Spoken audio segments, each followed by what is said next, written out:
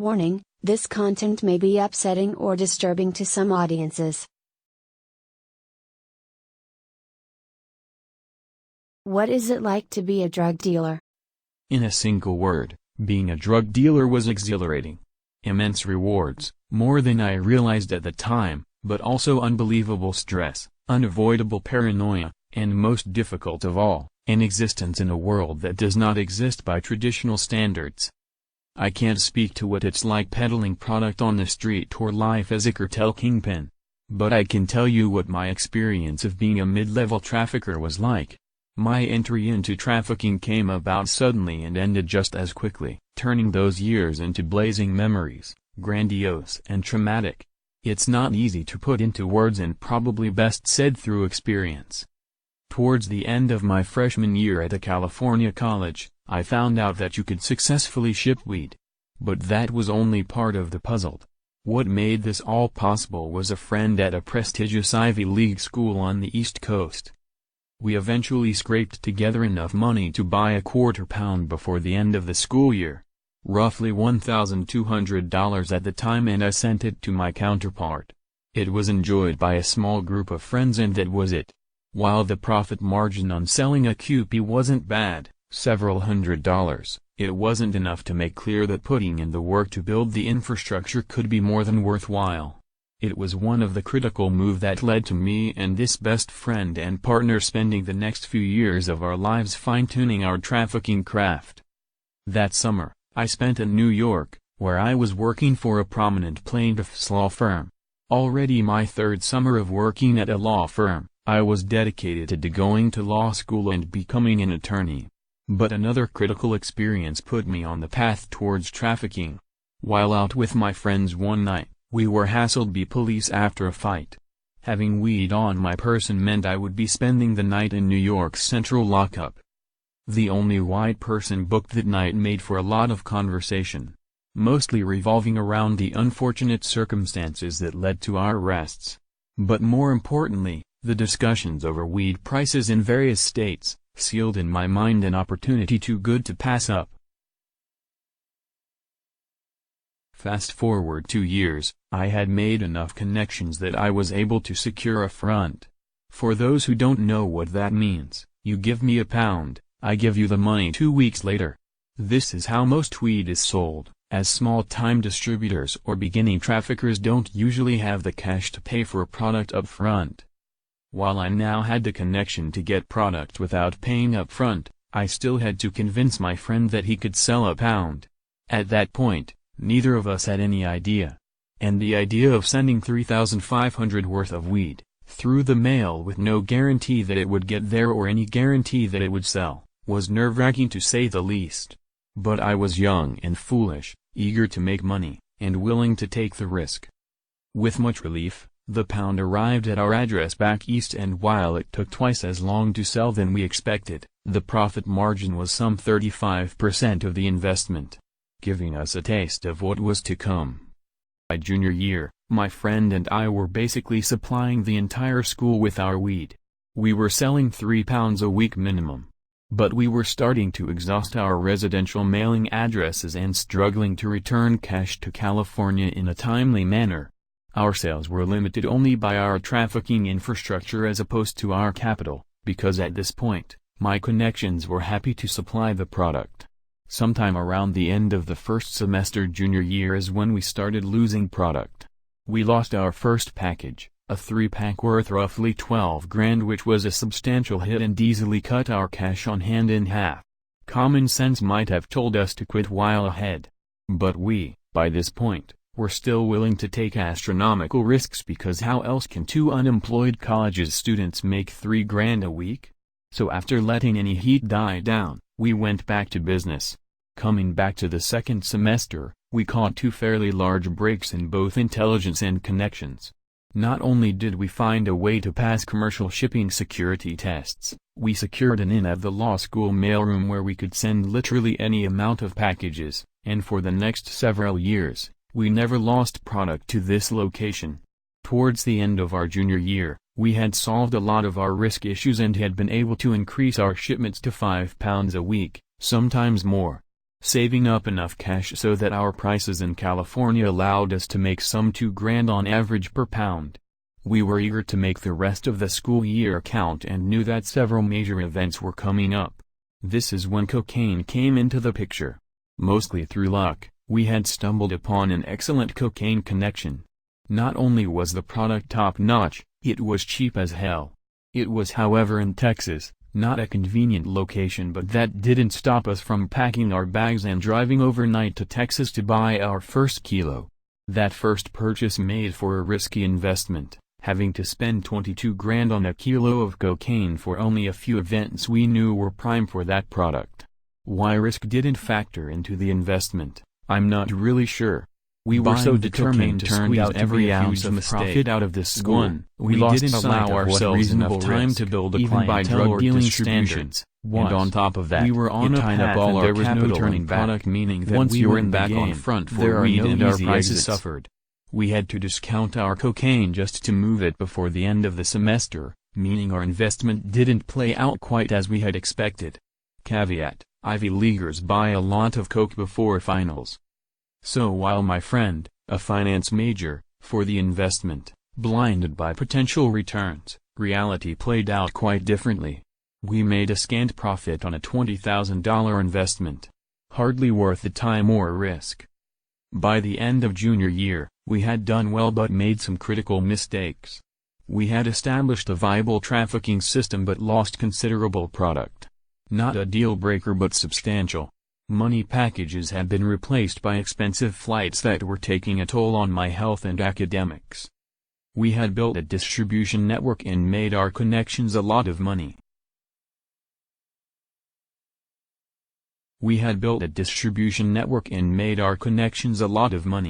Having moved upwards of $1 million worth of product over the school year.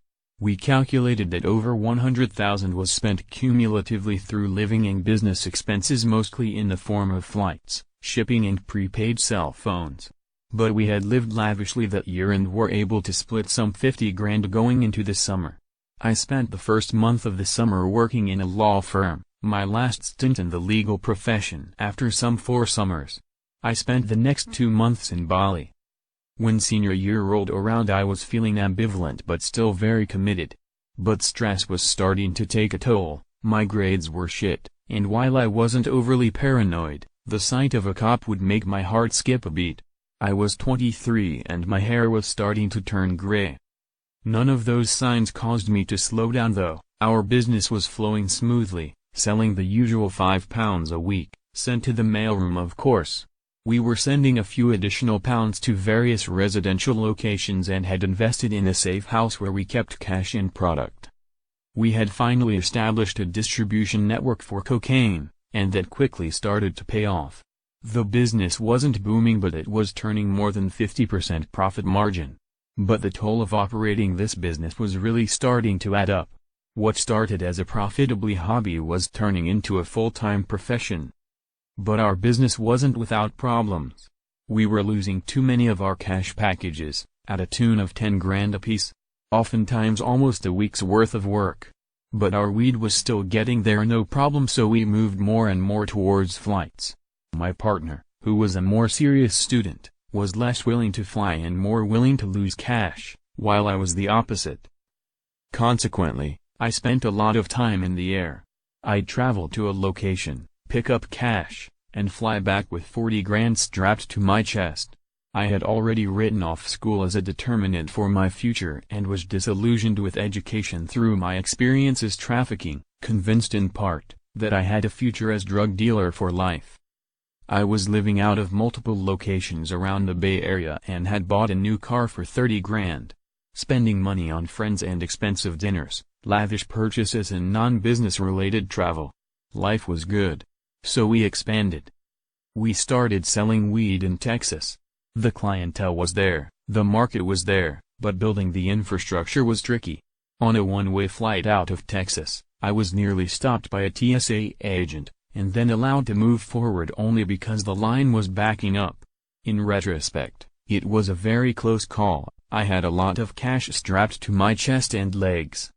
Our business at school was going well, and as we moved through the second semester, We were poised to leverage any possible profits. On one successful weekend, over prominent school events, we sold a kilo of cocaine and 7 pounds of weed. After a few sleepless days, I flew back to California with 60 grand on my person. But as school started to wind down, so did our sales. Concerned about our ability to carry on our successfully operations past graduation, we moved into Texas more and more aggressively. Our market was unlimited, but we were confined by our shipping limitations and our Texas connections cash flow. Luckily, our connection in Texas had close ties with cartel members whose attention we had caught. They requested that we put together a small pack. The only problem, this was outside of our wheelhouse, and we did not have the personnel to transport large quantities of weed. By now, the business was clearly taking a toll on my person. It was clear that I wouldn't be graduating this June, and what had started out as general stress had turned into unexpected and full-fledged panic attacks. I had trouble sleeping at night and started relying on over-the-counter sleep medication to rest. After much deliberation, we did the unthinkable, putting together a plan to sell 50 pounds in Texas over spring break. The plan was not easy to execute. We had exactly 1 week to make it happen. My partner flew to California with all the cash we had out of state. The plan was to use his parents' Jeep while they were away for the week to drive to Texas and drop off the product, then he fly back to school while I would then fly to Texas and drive the car and cash back to California.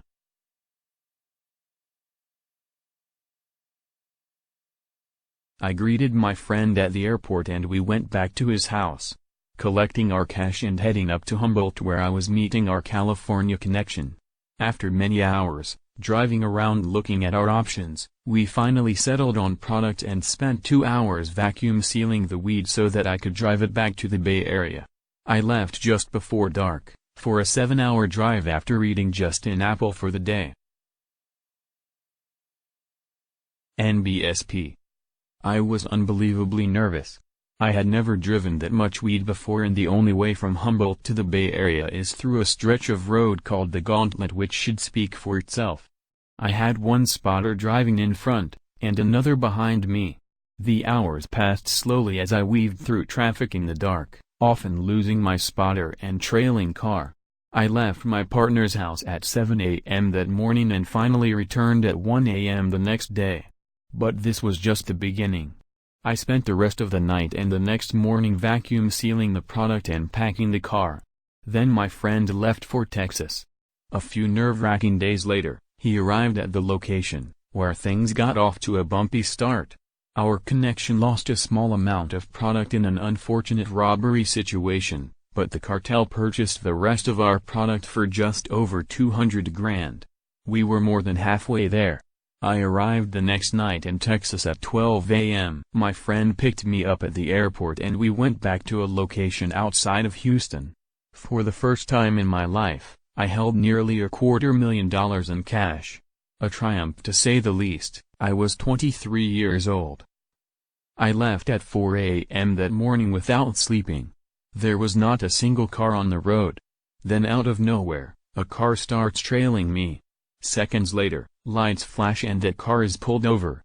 I can only assume that the cop pulling over the only other car on the road, in Texas, in the middle of the night, was coming for my car with California license plates. Without an option, I pushed on, rattled, knowing that I very well might have made one of the worst decisions of my life. I drove from Houston to the Bay Area in 27 hours, stopping only to nap for an hour at a time. So exhausted and sleep-deprived that when I would awake from a nap, it would take what seemed like an eternity to figure out where I was and what I was doing. Thinking about it still makes me nauseous to this day. How did I get here? What was I doing? I do not know. The gravity of the situations I found myself in, the effort that went into planning our deals, was beyond anything I could have ever imagined. My partner and I found ourselves only a few deals away from supplying a major cartel with quality weed from California. There was some talk of turning back, some reflection into our futures, and then the determination that you don't come this far just to quit. Once you're in the game, there is no letting go, there are no easy exits. I arrived in California much relieved and with 2 shoeboxes full of cash, stashed safely in my parents' house. Our business with the school had more or less ended, or wasn't worth the effort, and we settled in for a brief vacation. But we were poised to take over. We had a brief window of time before our California connection was leaving the country for several months. Anxious not to let the prospect die, we orchestrated an even bigger transaction, some £150 for over $500,000. But things had changed considerably. Having survived our Texas trip, my friend and I refused to make the journey, arguing that as the main connections between California and Texas, we were too important to be transporting the product. Fortunately, our California connections were able to secure transport at a hefty but reasonable rate. It was getting late in the season and prices were less than favorable. But we were able to source product that made the deal worthwhile. And after investing $200,000 of our hard-earned money, the pack left California. But somewhere along the border of Mexico our driver was pulled over. Brandishing a California driver license in a car with Texas plates, he never stood a chance and is still serving time. My only regret is that we were confident enough to put everything we had into the deal. You might say our luck had run out, and after getting one of the worst calls of my life, the deal was cancelled. I was broke. My trafficking business ended just as quickly as it started. Everything we had worked for over the past 2 years vanishing suddenly. I was lost and scared. Having completely abandoned interest in a professional career or a real job, my resume hadn't been updated in 2 years. I was basically unemployable as we headed into a severe financial crisis. I tried momentarily to rebuild our business but was exhausted and emotionally depleted. It was more difficult for me to accept the finality of this situation than my friend who was more apt for the professional world with good grades and a master's in finance. He had also been receiving considerable allowance from his parents while we had both been living off drug money, saving considerably over the past 2 years. The next year, I claimed only $5,000 worth of income. But at the very least, I had bought enough toys to keep myself entertained and I still had my car, for which I struggled to make the final payments, while I lived at my parents' house. Out of desperation, I confessed to my parents who somehow, had no idea. What I found remarkable is what we were able to build through hard work and determination. What's it like to be a drug dealer? It means the things you see, people you encounter, and the life you lead have little foundation in reality. The risks are immense and the rewards, even greater. We had reached a point where we couldn't turn back, and to this day, I don't know whether it was about the money or if it was the rush. After the first Texas trip, I realized that it wasn't just about money. Drug dealing and drugs was the best preparation I could have asked for. Entering the real world, now equipped to handle situations that it takes others years to prepare for. More than anything, selling drugs taught me to believe in myself and what I'm capable of. It taught me to trust my instincts and how to make difficult decisions.